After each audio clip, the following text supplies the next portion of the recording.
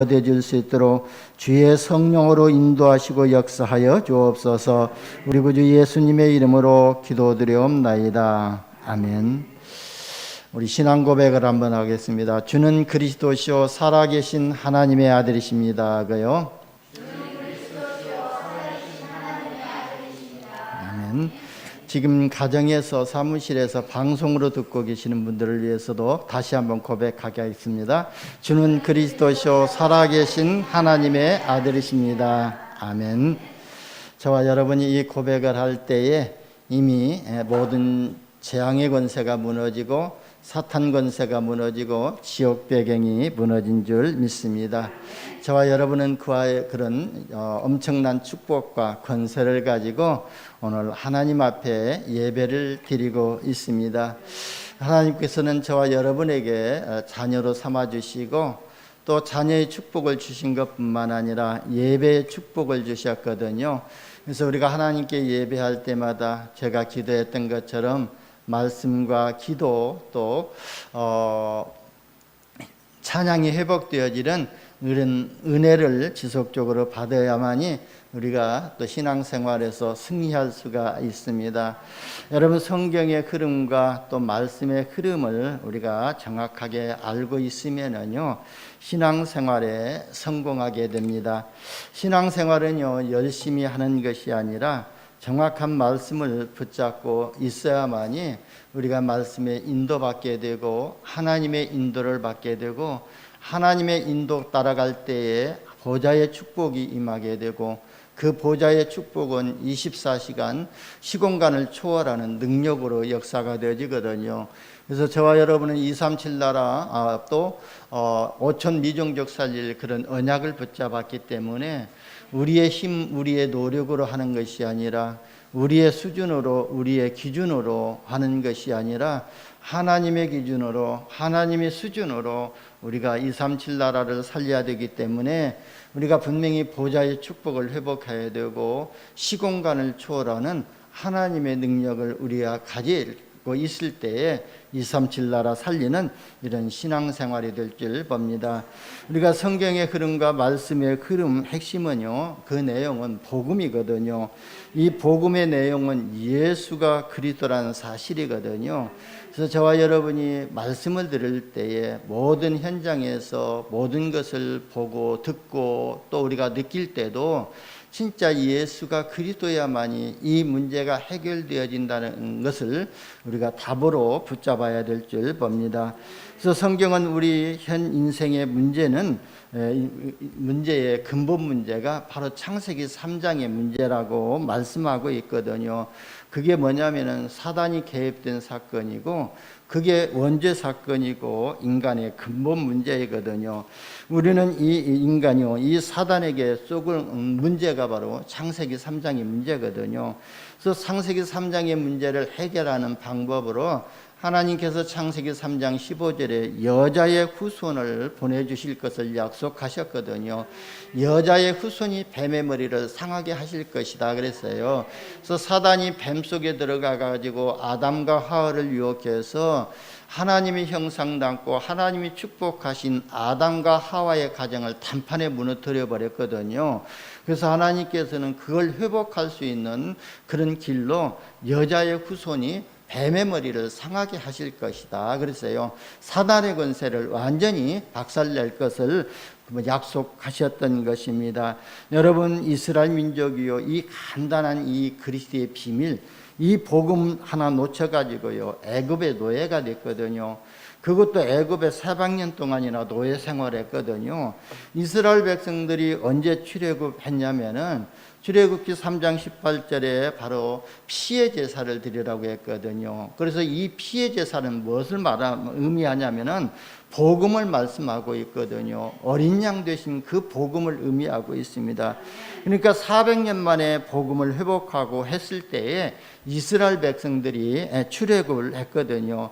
여러분, 모세가 애굽으로 들어갈 때요 마른 또 막대기 하나, 마른 지팡이 하나 들고 들어갔지 않습니까?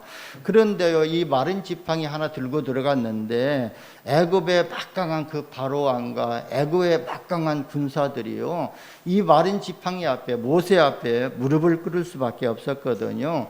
그런 것처럼 이처럼 우리가 가지고 있는, 진짜 언약 가진 사람이 가지고 있는 아주 작은 것이라도, 아주 연약한 것이라도, 아주 보잘것없는 것이라도 진짜 하나님이 함께 하시고 역사하시면은 세계복음화의 도구가 된다는 것을 말씀하고 있습니다. 여러분 스스로 또 자각하지 마시고 나는 연약하다, 부족하다고 하시지 말고 진짜 나는 하나님이 함께 하시기 때문에 이 또 절대 불가능을 절대 가능으로 바꿀 수 있는 이런 신분을 가지고 있다고 자부심을 가지시기를 바랍니다. 그리고 또 이스라엘 백성들이요, 또 언약을 놓쳐버리니까요, 어떻게 됐죠? 바벨론의 포로가 되었거든요. 그것도요, 70년 동안 포로 생활을 했습니다. 여러분, 바벨론 포로에서 잡혀갈 때요, 이스라엘 백성들이 어떻게 잡혀갔죠? 진짜 눈뜨고 볼 수 없을 정도로 비참하게 잡혀갔고 끌려갔지 않아요. 시디기야 왕 같은 경우에는요, 두 눈을 빼가지고 쇠사슬로 묶어가지고 질질 끌고 바벨론까지 갔다는 거거든요. 그러니까요, 또 얼마나 또 이렇게 비참합니까? 그러니까 예레미야 애가는요, 이스라엘 민족들의 삶을 보면서요, 너무 슬프고 또 안타까워 가지고 예레미야 애가를 불러가지고 이렇게 지어가지고 이스라엘 백성들에게 있게 했던 것을 볼 수가 있습니다. 그러면 이스라엘 백성들이 언제 출바벨론이 되었죠? 바로 이사야서 7장 14절에 보라 처녀가 잉태하여 아들을 낳으리니 그 이름을 임마누엘이라 하리라 그랬거든요. 그러니까요, 베드로가 이 고백은요, 출애굽기 3장 18절에 바로 이 희생 제사를 드린 후에 바로 700년 만에 복음이 회복된 것이거든요. 그러니까 복음이 회복되어질 때에 다시금 또 출바벨론을 했던 것입니다. 여러분, 그리스도의 언약을 회복한 사람을 통해서 출바벨론이 되어졌던 것이거든요. 그래서 이스라엘 백성들이 또 이 복음을 놓쳐버리니까요, 또 어떻게 됐습니까? 바로 또 노마의 속국이 되어버렸거든요. 그래서 노마의 속국이 되어 있을 때에 예수님이 이 땅에 오셨거든요. 그래서 오늘 본문의 마태복음 16장 16절에 주는 그리스도시요 살아계신 하나님이라고 베드로가 고백을 했습니다. 그러니까요, 이사야 선지자 이후에 700년 만에 복음을 회복한 것이거든요. 그래서 바로 이 복음을 베드로가 회복하고 고백을 했잖아요. 주는 그리스도이시오 살아계신 하나님의 아들이시라고 고백을 한 것입니다. 여러분, 우리가 성경을요 많이 읽어도 성경의 흐름을 모르면은요 아무 유익이 없거든요. 저는요 성경을 통째로 또 암송을 할 때가 있었거든요. 마태복음 1장도 통째로 암송을 하게 됐고 요한계시록 1장에서 22장까지 통째로 암송을 했는데, 사실 그때는요 이 복음도 모르고 성경의 흐름과 또 말씀의 흐름을 전혀 이해하지 못하고 시기 질투심을 가지고 이 성경을 암송을 했거든요. 왜냐하면은 눈 못 보시는 그 장로님 한 분이 성경을 달달 외우고 계셨거든요. 그래서 나도 이 젊은 사람이 그거 성경 하나 암송 못하냐 해가지고 도전했던 것이거든요.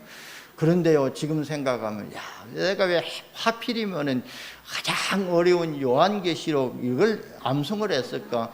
로마서나 에베소서나 암송을 했으면, 이 복음과 관련된 성경 구절을 암송했으면은 그게 나의 복음이 되어지고 내가 복음 누리는데 큰 도움이 되었을 텐데, 아직 오지도 않는 미래 세계를 바라보면서 성경을 암송하고 있었더니, 내가 신학교 다니면서요 이 요한계시록 3장에서 7 교회에 대해서 시험 문제가 나왔더라고요. 전도사고시 볼 때에 성경 구절이 나왔는데요, 7 교회에 대해서 제대로 다 쓰지를 못했어요. 암송까지 다 해놓고도 그 말씀이 나의 말씀이 되니까 명확하게 답을 내가 기록하지 못한 것을 보면서 내가 뭐 했지? 그때서 생각이 나더라고요. 그런 것처럼요, 우리가 성경을 아무리 많이 읽는다 할지라도 성경의 큰 흐름과 그 성경의 배경을 모르면은요, 아무 유익이 없다는 거예요. 그러나 성경의 흐름과 복음의 흐름과 성경에 기록된 배경을 우리가 알고요, 또 성경을 보면은요, 진짜 복음 누리는 신앙생활에 큰 도움이 될 줄 봅니다. 여러분, 성경은요, 애국과 그 다음에 바벨론과 로마 이 세 나라를 배경으로 해서 기록이 되어 있거든요. 물론 그 속에 많은 나라들이 나옵니다만은 큰 배경을 보게 되면은 애국과 바벨론과 그리고요 로마이거든요. 물론 블레셋은 전쟁 시대에 때 기록이 되어진 나라도 있지만 그 이 성경의 큰 배경은 바로 이 세 나라를 중심으로 해서 기록이 되어 있거든요. 그러니까 출애굽을 전후해서 모세가 기록한 것이 모세 오경이지 않습니까? 이게 창세기에서부터 신명기까지가 모세가 기록한 것인데 그게 출애굽을 해서 가나안 땅 정복하기까지의 기록이었거든요. 그리고 바벨론 포로 시대를 또 배경으로 해가지고요 선지서가 기록이 되었는데 17권의 선지서가 바로 바벨론 포로 시대를 전후해서 기록이 되었거든요. 그리고 로마 시대를 배경으로 해서 기록되어진 성경책이 바로 신약 성경 아닙니까? 그러니까 이 성경 기록한 배경이 이 세 나라를 중심해서 기록했던 것을 볼 수가 있습니다. 그러니까 이 세 나라를 통해서 지금 우리의 영적으로 우리가 무엇의 노예가 되어져 있는가, 무엇의 포로가 되어져 있는가, 무엇의 속국이 되어 있는가를 발견하기 때문에 애굽 시대나 바벨론 시대나 로마 시대가 그만큼 우리 신앙생활에서 중요한 것이거든요. 그래서 애굽을 얘기할 때에 그러면 이 사단이 장악된 나라 시대를 말하고 있거든요. 그러면 애굽 시대를 말할 때에 그러면 내가 지금 무엇 사단에게 어떻게 노예가 되어 있는가, 무엇의 노예가 되어 있는가, 성공의 노예가 되어 있는가, 나중심의 노예가 되어 있는가, 사단이 만들어온 틀의 노예가 되어 있는가, 이걸 우리가 또 발견하고 거기에서 빠져나오는 답을 받아야 또 얻어야만이 우리가 신앙생활에서 성공할 수가 있거든요. 그리고 바벨론 시대를 이야기할 때에 내가 무엇의 포로가 되어 있는가, 그리고 로마 시대를 또 이야기할 때에 내가 어디에 속국이 되어 있는가를 이렇게 발견해야 될 줄 봅니다. 여러분 간단하게 이해하시기를 바랍니다. 우리 인생 문제는요 창세기 3장에서 시작이 됐고요, 이 창세기 3장의 문제는요 원죄 문제이거든요. 이 원죄 문제를 해결하는 답은 여자의 후손 그리스도라는 거예요. 간단하거든요. 근데 이 세상 사람들이 이 간단한 복음을 모르고 이 비밀을 모르기 때문에 만 가지를 가지고 있다 할지라도 이 한 가지가 없어서 인생에 실패하는 것을 볼 수가 있습니다. 이스라엘 민족이요 그리스도의 언약을 놓치니까요 애굽의 노예가 되었고 또 바벨론의 포로가 되었고 로마의 속국이 되었던 것이거든요. 그런데 그리스도의 복음 하나 회복하니까 애굽 노예에서 해방을 받게 됐고 또 바벨론에서 포로에서 돌아오게 됐고 로마에서 이렇게 출로마를 하게 되었던 것입니다. 이 세 가지를 기록한 것이 성경 66권의 핵심이거든요. 그러면요 오늘 우리가 확인할 것이 있거든요. 그래서 오늘 본문에요 예수님께서 아주 중요한 질문을 하고 있지 않아요. 그래서 이 사람들이 나를 누구라 하느냐 그렇게 질문했거든요. 그러면 이 사람들이 누구냐면은 세상 사람들이 나를 누구라 하느냐, 그리고 너희가 3년 동안 나를 따라다녀봤고 내가 행했던 모든 이사와 기적을 보았는데 그러면 너희는 나를 누구라 하냐고 이렇게 질문을 했거든요. 예수님 무슨 뜻을 가지고 질문을 했냐면요, 그러니까 지금 세상 사람들이 이 복음을 제대로 알고 있느냐, 그리스도의 비밀을 제대로 알고 있느냐, 그리고 3년 동안 나와 동행했고 나와 합숙했던 너희들까지도 이 복음을 제대로 알고 있느냐, 복음의 비밀을 제대로 알고 있느냐, 이 뜻을 가지고 질문을 한 것이거든요.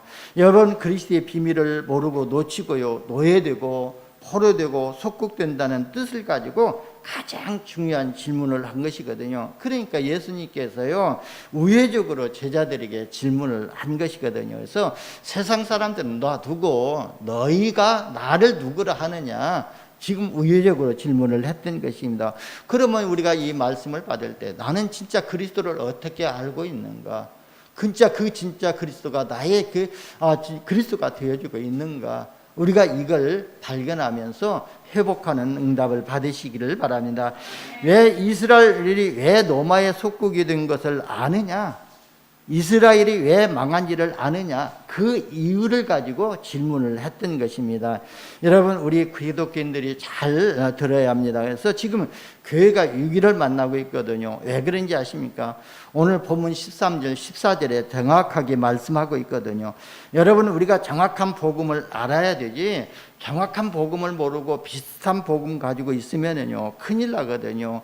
그래서 여기서 무리들이 뭐라고 대답했는지 아십니까? 세상 사람들이 뭐라고 했냐면은, 어떤 사람은 세례 요한이라고 합니다. 어떤 사람은 엘리야라고 했고요, 어떤 사람은 에레미야라고 그랬습니다. 그리고 어떤 사람은 선지자 중에 한 사람이라고 그랬거든요. 여러분 보세요. 예수님이 세례 요한입니까? 아니잖아요. 그리고 예수님이 엘리야가입니까? 바로 엘리야도 아니고요. 선지자 중에 한 사람이 아니잖아요. 그런데 사람들은 전부 다 이렇게 비슷한 복음을 알고 있는 것이거든요. 이게 굉장히 위험한 것이거든요.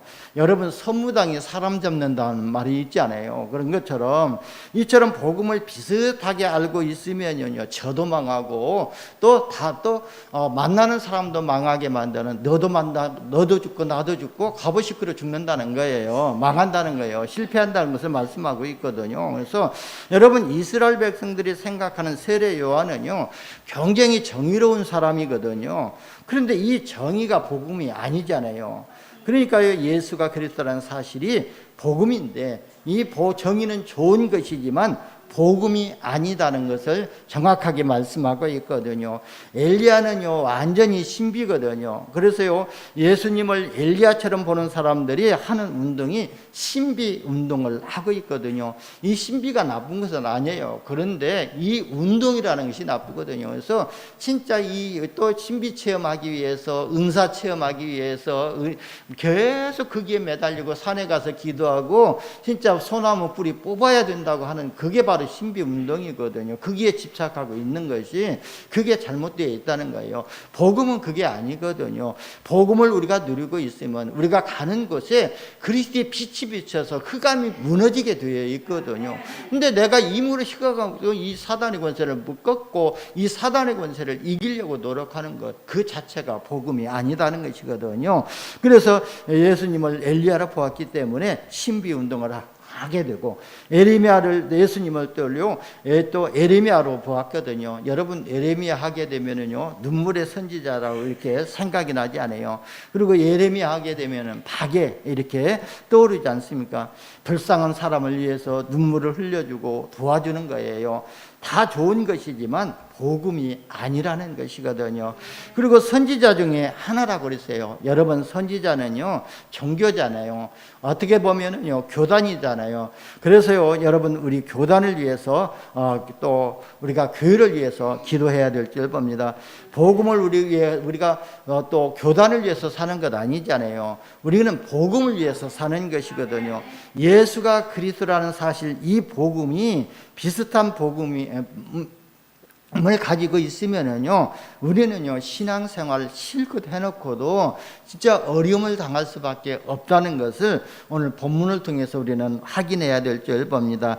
그러니까 한마디로요 이스라엘 백성들의 영적 상태가 비슷한 복음을 가지고 있다는 거거든요. 그러니까 로마의 속국이 될 수밖에 없는 영적 상태를 가지고 있고, 바벨론의 포로 될 수밖에 없는 영적 상태를 가지고 있고, 애굽의 노예될 수밖에 없는 영적 상태를 가지고 있다는 거예요. 망할 수밖에 없는 영적 상태를 가지고 있었다는 거예요. 우리가 이런 비슷한 복음 가지고 있으면요 실컷 신앙생활을 하고도 실패할 수밖에 없는 이런 영적 상태에서 우리가 빨리 회복해야 될 줄 봅니다. 여러분, 이런 영적 상태는요 오랫동안 교회 생활하다가도 실패하게 되거든요.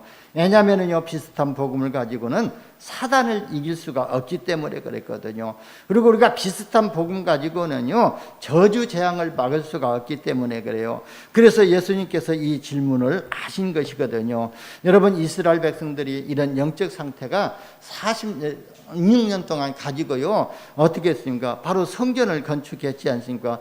46년 동안 이런 영적 상태 가지고 성전을 건축했는데요, 그 성전이 나중에 어떻게 되었죠? AD 70년에 로마 디도 장군에 의해 가지고 완전히 무너져 버렸지 않습니까? 그러니까요, 왜 무너졌습니까? 그 성전에 주인이 없었던 거예요. 그 성전에 그리스도가 없었던 거예요. 그러니까요, 하나님께서는 로마에 의해 가지고 또 AD 70년에 완전히 이 성전이 무너뜨려 버린 거예요. 그러니까 그리스도가 없고 주인이 없으니까요, 우상 성전이 되고 말았던 것이거든요. 그래서 하나님께서는요, 로마에 의해서 이 70년 만에 그 성전을 헐어버렸던 것입니다. 그리고 여기 성전만 망한 것이 헐어버린 것이 아니라 이스라엘 백성들이요, 완전히 로마의 속국이 되고 유랑민족이 되어져 가지고는요, 거의 2000년 동안 또 국권을 잃어버리고 또 나라가 없는 민족이 돼가지고 또 유리방황했지 않습니까? 이스라엘의 국권이 언제 회복되었냐면 1948년도에 독립했잖아요. 여기 이때까지 나라 없이 흩어져서 살았던 거예요. 그런데 지금도 정신 못 차리고 있거든요. 지금도 왜 망한지를 모르고 있는 거예요. 우리가 실컷 신앙생활하면서 갈등이 오고 또 분열이 오고 방황하게 되어지는 것도요, 진짜 내가 왜 방황하고 있는가 이유를 모르고 있기 때문에 갈등할 수밖에 없는 것이거든요. 진짜 내가 복음을 제대로 누리지 못하면은 사단에 노예될 수밖에 없고, 사단의 포로될 수밖에 없고, 사단에게 속국당할 될 수밖에 없다는 것을 우리는 보고, 먼저 우리 자신이 복음을 회복하시기를 예수님의 이름으로 축원합니다. 그래서 예수님이 또 다시금 질문하셨잖아요. 너희는 나를 누구라 하느냐 그랬거든요. 제자들에게 물으신 것이거든요. 세상 사람들은 다 틀린 대답을 했는데, 그러면 너희는 나를 누구라 하느냐, 이렇게 질문을 한 것입니다. 예수님이 살아 계셔가지고 육신의 몸을 입고 이 땅에 오셔가지고요, 지금 이 자리에 서서 우리 보고 물어보신다고 하더라도요, 너희는 나를 누구라 하느냐, 이 질문을 하실 것 같아요. 그래서 또 이현수 장로님, 이현수 장로야, 너는 나를 누구라 생각하느냐, 이렇게 질문을 하실 것 같아요. 그러니까 내 개인에게 질문을 해보시길 바랍니다. 내가 진짜 나의 삶 속에서 이 그리스도가 나의 그리스도로 내가 고백이 되어졌는가, 베드로가 고백한 것처럼 고백할 수가 있는가, 그 질문을 하신 것이거든요. 이때 베드로가 고백합니다. 주는 그리스도시요 살아계신 하나님의 아들이십니다. 베드로가 베드로의 이 고백을 들으시고요, 주님이 깜짝 놀라가지고 그랬죠. 바요나 시몬아 그랬거든요. 네가 갈대처럼 흔들리고 있을 때 그 이름을, 과거 이름을 들려대면서 바요나, 요나의 아들 시몬아, 네가 복이 있도다. 이를 내게 알게 하니는 혈육이 아니요 하늘에 계신 내 아버지시니라 그랬거든요. 여러분, 세상 사람들은요, 돈만 있으면 복이 있다고 생각하고 있거든요. 그리고 높은 자리에 가면, 또 자리에 앉아 있으면은 복이 있다고 생각하고요. 그런데요, 성경은요, 한 번도 그것을 복이라고 말씀하시지 않았거든요. 어떤 사람이 복이 있냐면은요, 예수가 그리스도라고 깨닫는 사람이 복 있는 사람이거든요. 베드로가 주는 그리스도시요 살아계신 하나님의 아들이시라고 고백하니까 주님께서 내가 복이 있도다 그랬지 않아요. 그래서 이 예수가 그리스도라고 깨달은 사람이 바로 복 있는 사람이거든요. 여러분, 예수가 그리스도라는 사실을 알았다는 것은요, 사탄의 문제를 알았다는 것이고요, 세상의 문제가 뭔지를 알았다는 것이거든요. 여러분, 이 사탄은요, 우리 인간을 저주 가운데 빠뜨리게 만들고 자꾸 망하게 만드는 것이 사탄의 전략이거든요. 그래서 이 사탄이 우리 인간을 망하게 하는 이 사탄의 전략을 알았다는 거예요. 그리고 세상 문제가 뭔지를 알고 고백했다는 것이거든요. 여러분, 사탄은요, 눈에 보이지 않거든요. 그래서요, 지금요, 교회에서요, 사탄 얘기를 잘 안 하잖아요.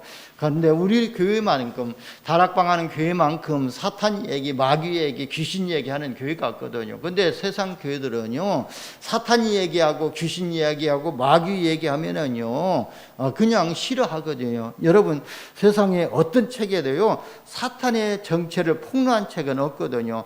성경에만 사탄의 정체를 폭로하고 있거든요. 그래서 저도요, 제가 굉장히 좀 율법적인 사람이었거든요. 복음을 알기 이전에. 그래가지고 다락방 맨 처음 시작할 때요, 이 사단의 정체를 폭로할 때마다 제가 굉장히 기분이 나쁘더라고요. 그래가지고는 메시지를 듣기 싫어요. 그냥. 그래가지고는 내가 왜 그러는가 하면서 굉장히 회개를 하면서 말씀을 듣고 그랬거든요. 근데 나중에 알고 보니까 내가 이 사단에게 완전히 장악되어져 있었구나. 사단이 나의 마음과 중심을 붙잡고 있었기 때문에 자기를 폭로하니까 나의 속마음을 내 속에서 나를 배후 삼고 역사하는 그 사단을 폭로하니까 기분이 나빴던 거예요. 그런 것처럼은요, 지금 이 사단 얘기, 귀신 얘기, 마귀 얘기하면은요, 그렇게 좋은 얘기가 아니잖아요. 사람들은 저들이 또 들으려고 하지 않는 얘기거든요. 그런데 이 사단이 우리 인간을요 완전히 불행하게 만든 장본인이거든요. 그래서 사단 때문에 우리 인간에게 죄가 들어왔잖아요. 이 죄로 말미암아 사망이 왕노릇하게 되었어요. 그래서 히브리서 2장 14절에서 15절에 보게 되면은요, 이 죽음의 왕노릇한 것, 죽음의 세력을 붙잡고 있는 이 사단이 왕노릇하고 있다고 그랬거든요. 그래서 이 사단이 지금 세상에 왕노릇하고 있고요. 그리고 이 죄 때문에 하나님을 떠나서 결국은 어떻게 되죠? 지옥 구렁텅이에 빠지게 되는 것이거든요. 그래서 이 사단을 이길 수 있는 길은 오직 그리스도 한 길밖에 없거든요. 그래서 하나님께서 저와 여러분을 썸이 삼중직의 대사로 불렀는데요, 시공간을 초월하는 영적인 왕으로 인해서 왕직을 주셔가지고 이 사단의 권세를 완전 박살나게 만드셨던 거예요. 여러분 보세요. 성경은요 경제 문제가 아니라고 말하고 있거든요. 인간의 진짜 문제는요 창세기 문제라, 삼가의 문제라는 거예요.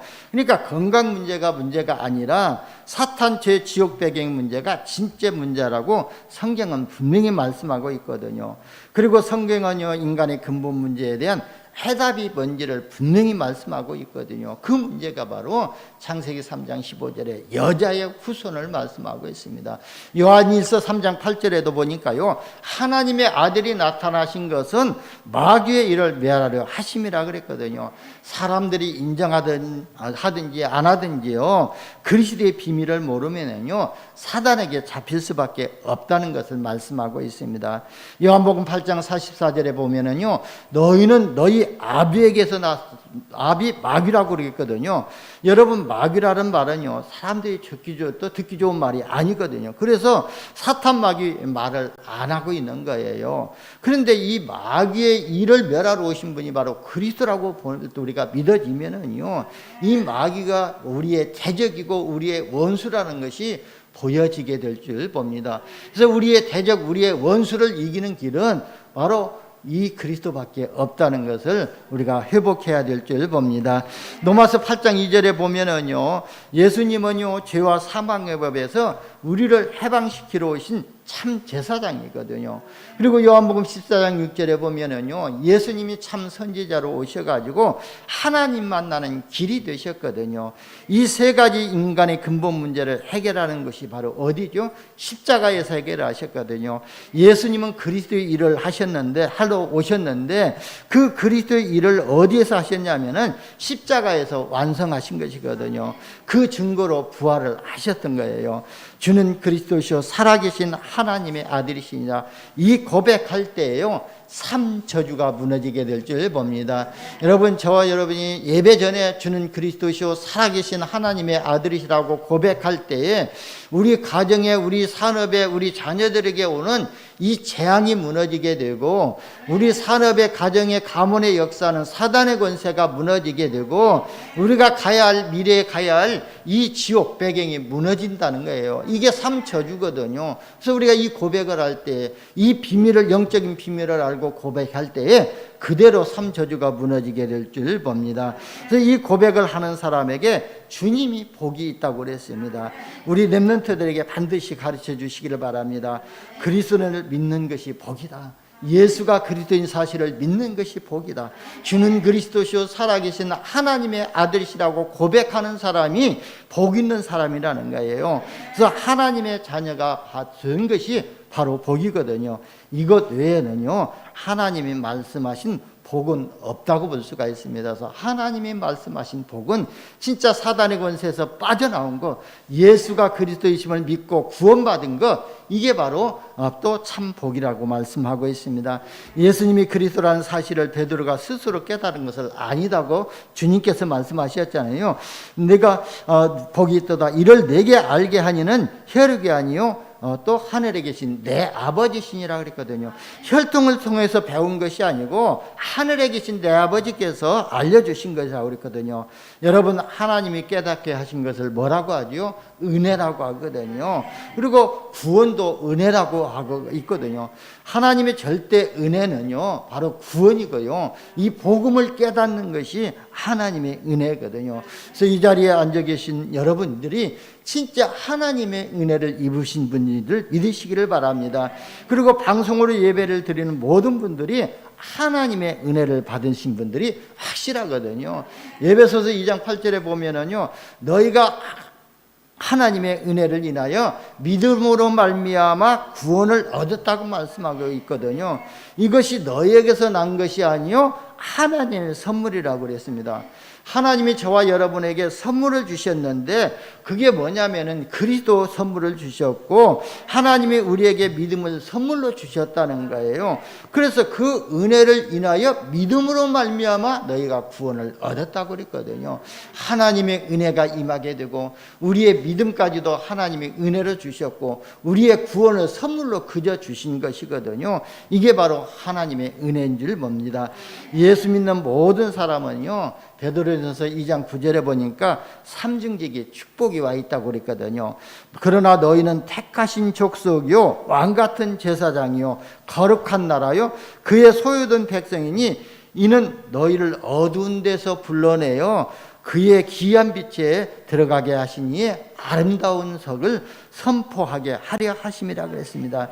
여러분, 정치인들이나 경제인들이나 진짜 교육자들이 해결할 수 없는 지구상의 영적 문제를 해결하라고 저와 여러분에게 삼중직의 축복을 주셨거든요. 그래서 서밋 삼중직이라는 거예요. 우리가 영적 서밋이 되었다는 거예요. 정치인들이나 경제인들이나 교육자들이 해결할 수 없는 영적 문제를 해결하는 영적 서밋의 삼중직의 대사의 축복을 우리에게 주셨습니다. 그래서 우리는 이 축복을 가지고요 지구상의 영적 문제를 해결하는 거예요.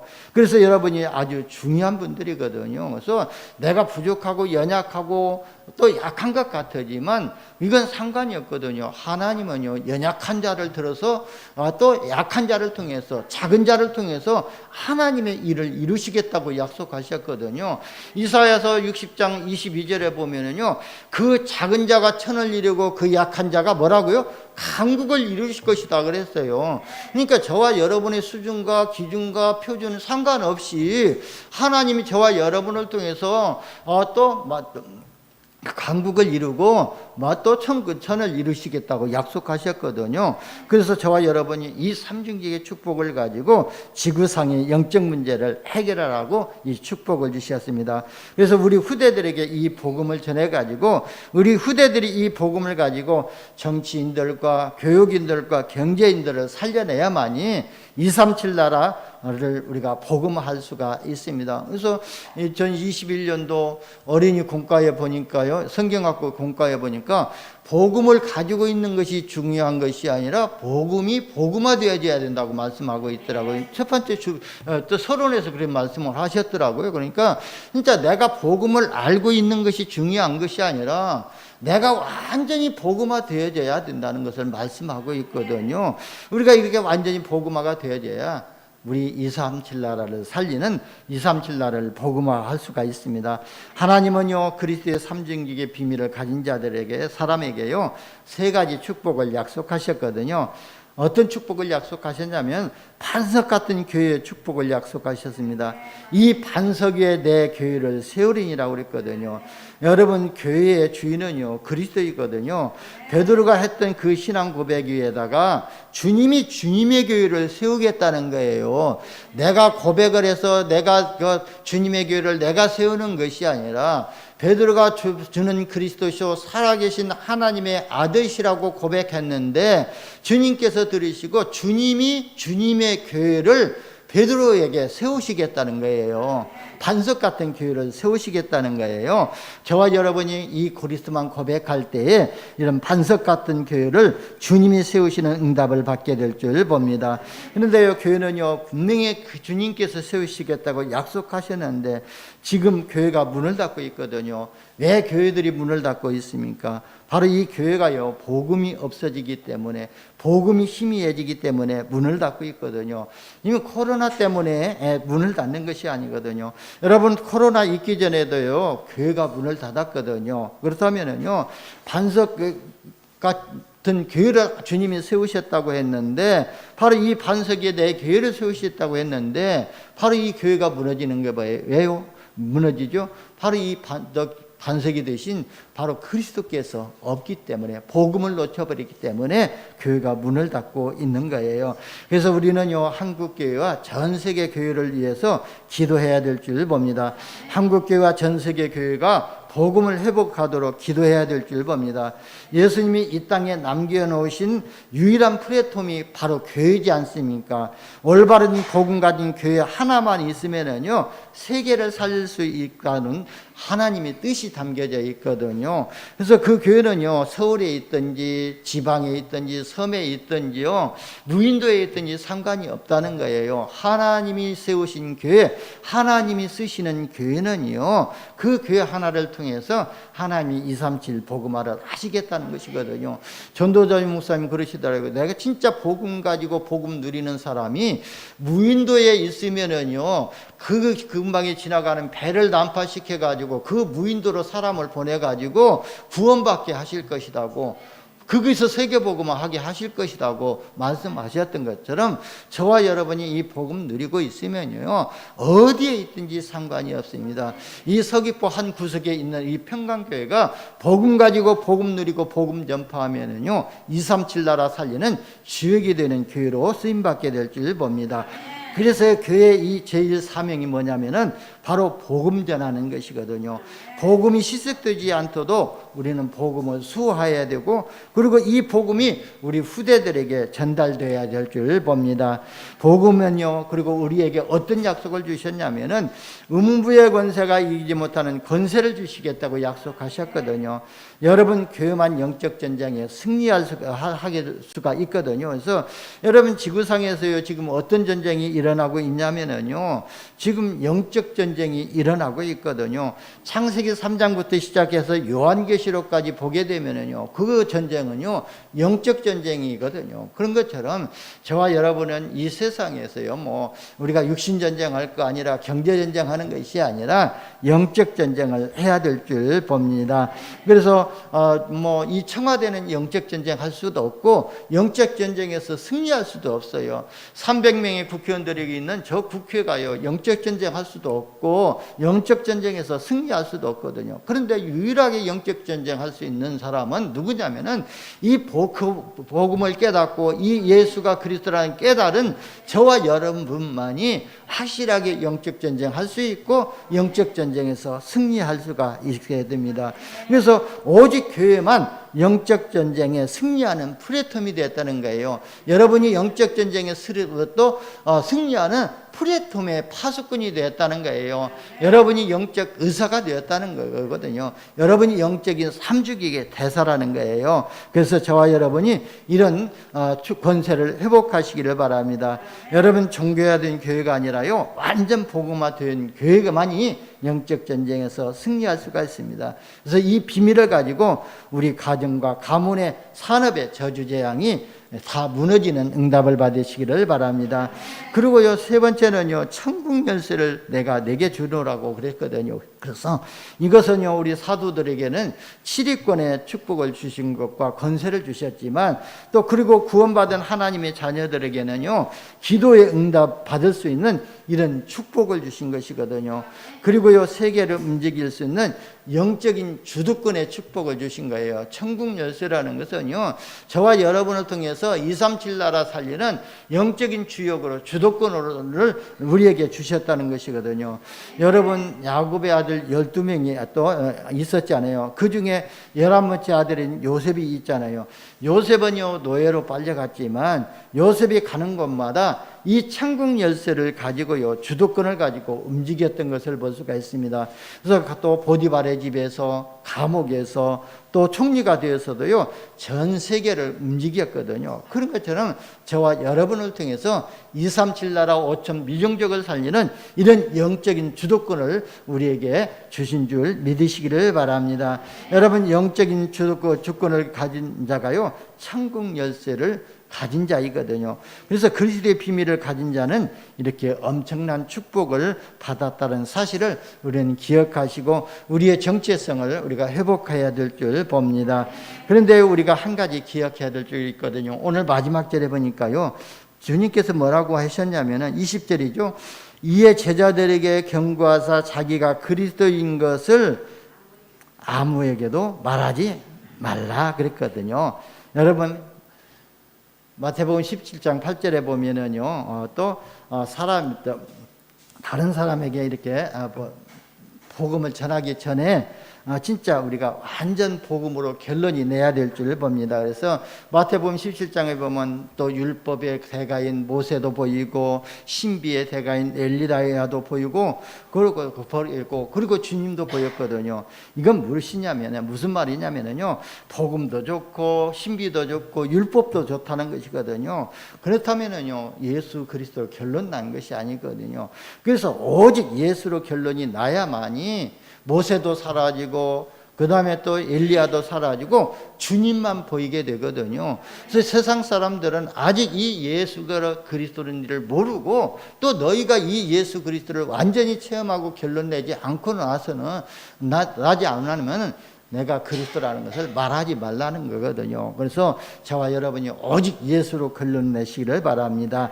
그래서 오직 오늘 예수만 고백하는 신앙이 회복되는 축복된 날 되시기를 예수님의 이름으로 축원합니다. 기도합니다. 하나님 감사합니다.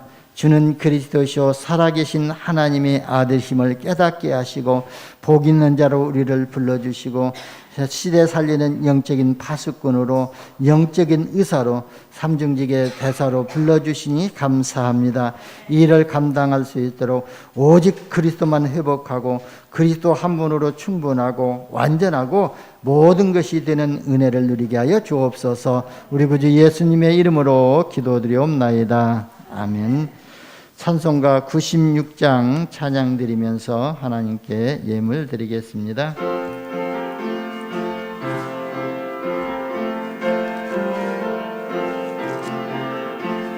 예수님은 누구신가? 우는 자의 위로와 없는 자의 풍성이며 천한 자의 높은 것, 잡힌 자의 도임되고 우리 기쁨 되시네. 예수님은 누구신가? 약한 자의 강함과 눈먼 자의 빛이시며 병든 자의 고침과 죽은 자의 부활되고 우리 생명 되시네. 예수님은 누구신가? 주한 자의 정함과 죽을 자의 생명이며 죄인들의 중보와 멸망자의 구원되고 우리 평화 되시네. 예수님은 누구신가? 온 교회의 머리와 온 세상의 구주시며 모든 왕의 왕이여 심판하실 주님 되고 우리 영광 되시네. 아멘. 하나님께 드려진 예물 위해 기도합니다. 하나님 감사합니다. 우리에게 복음 주시고 이 복음의 비밀을 누릴 수 있도록 인도하여 주셔서 감사함으로 드려진 손길들이 있습니다. 하나님께서 우리에게 기능을 주시고 산업을 주셔서 수입의 10의 1을 들여진 손길들이 있습니다. 지역과 민족과 237 복음화의 언약을 붙잡고 목적을 가지고 들여진 예물들이 있습니다. 이 예물을 하나님의 창조의 손으로 받으시고 창조의 능력으로 역사하여 주시사 예물이 쓰여지는 곳에서 천하보다 귀한 영혼들이 하나님 앞에 돌아오게 하시고 제자들이 세워지게 하여 주옵소서. 바치는 손길 축복하여 주시되 창조의 능력으로 역사하여 주시사 언약적이고 기념비적이고 대표적이고 불강약적인 축복을 누리는 손길 되게 하옵소서. 감사드리며 우리 구주 예수님의 이름으로 기도드리옵나이다. 아멘. 그 소식 보겠습니다. 코로나19 방역 수칙이 내일부터 또 2단계로 이렇게 강화되어졌죠. 그래서 우리가 좀 시내나 어디 좀 활동할 때에 좀 주의를 해서 이렇게 좀 활동해야 될 줄 보고요. 우리 교회에서도 좀 불편하시지만 마스크 착용 잘 하시고, 물론 잘하고 계시지만 또 들어오실 때도 이렇게 또 발열 체크하시고, 그 다음에 또 QR코드 찍으시고 또 수기해 주시면 감사하겠습니다.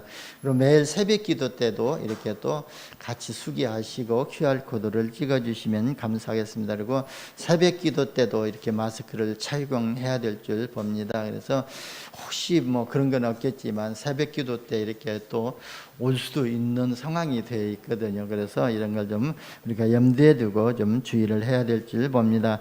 이금주 비싼 교통사고로 서교의료원 361호에 지금 입원 치료 중에 있고요. 그래서 지속적으로 기도해 주시기를 바랍니다. 그래서 지금 뭐 교통사고이기 때문에 또 시간이 지나야 이렇게 회복이 되지만 그래도 머리에 이렇게 빈혈이 좀 있는가 봐요. 그래서 그런 게 빨리 회복되어질 수 있도록 위해서 기도해 주시고, 그 다음에 또 사고 처리 후에도 이렇게 또 모든 또 처리 과정이 잘 인도받을 수 있도록 위해서 기도해 주시고, 창현이는 내일 퇴원을 한다고 하거든요. 그래서 창현이를 위해서 지속적으로 기도해 주시고, 우리 또 안재영 집사님 퇴원을 하셨지만 그래도 항상 주의해야 될 질병이기 때문에 안재영 집사님 건강을 위해서도 계속적으로 기도해 주시기를 바랍니다. 장로고시는 7월 25일 오후 5시에 우리 교회에서 있습니다. 그래서 장로를 피택되신 분들은 7월 25일 오후 5시에 꼭 나오셔서 이렇게 면접 보시고 그날 또 기도하는 시간을 갖겠습니다. 그래서 7월 25일 기억하시고 기도로 준비해 주시면 감사하겠습니다. 그리고 우리 RTS 학생들을 위해서 지속적으로 기도해 주시기를 바라고요. 오늘 광고는 안 들어갔지만 오늘부터 내일부터 우리 세계 RTS WRC 대회 세계 랩런트 대회 등록을 내일부터 시작하거든요. 그래서 개인 등록도 할 수가 있고 그 다음에 가족 단위 또 등록도 할 수가 있으니까요. 가족 단위 등록을 하시기를 바랍니다. 그래서 등록금은 없지만 왜 등록하라고 했냐면은 이런 기념비적인 이런 또 역사에 남기기 위해서 등록을 하라고 하니까요. 등록하시고 우리가 또 RUTC 방송을 통해서 우리가 또 시청을 하면 되니까요. 그래서 미리 내일부터 등록이 시작되니까요. 참고하시고 등록해 주시면 감사하겠습니다. 다 같이 일어서셔서 찬송 195장 찬양 부른 후에 축도로 마치겠습니다.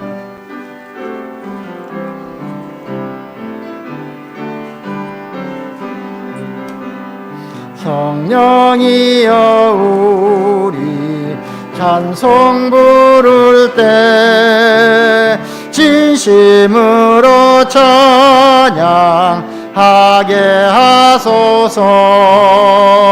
성령이여 우리 기도드릴 때 우리 곁에 계셔 일러주소서.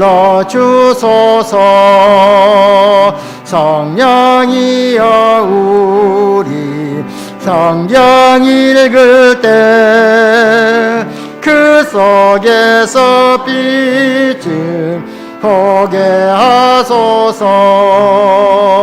성령이여 우리 전도할 때에 지혜로운 말씀 주시옵소서.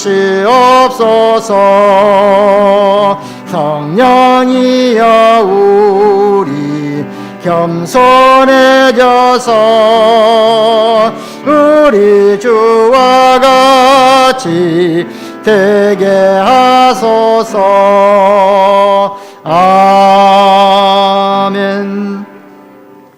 이제는 만왕의 왕 되시고 선지자 되시고 제사장 되신 우리 구주 예수 그리스도의 은혜와 하나님 아버지의 크신 사랑과 성령의 감동감을 이루고통 충만 역사하심이 지역과 민족과 세계복음화의 언약을 붙잡고 참으로 예수가 그리스도의 힘을 고백하며 날마다 하나님이 주신 은혜와 축복을 누리면서 237 나라 살리기로 결단하는 모든 성도들 머리머리 위에와 그 자녀들과 가정과 산업 위에 이제로부터 영원무궁토록 항상 함께 있을지어다.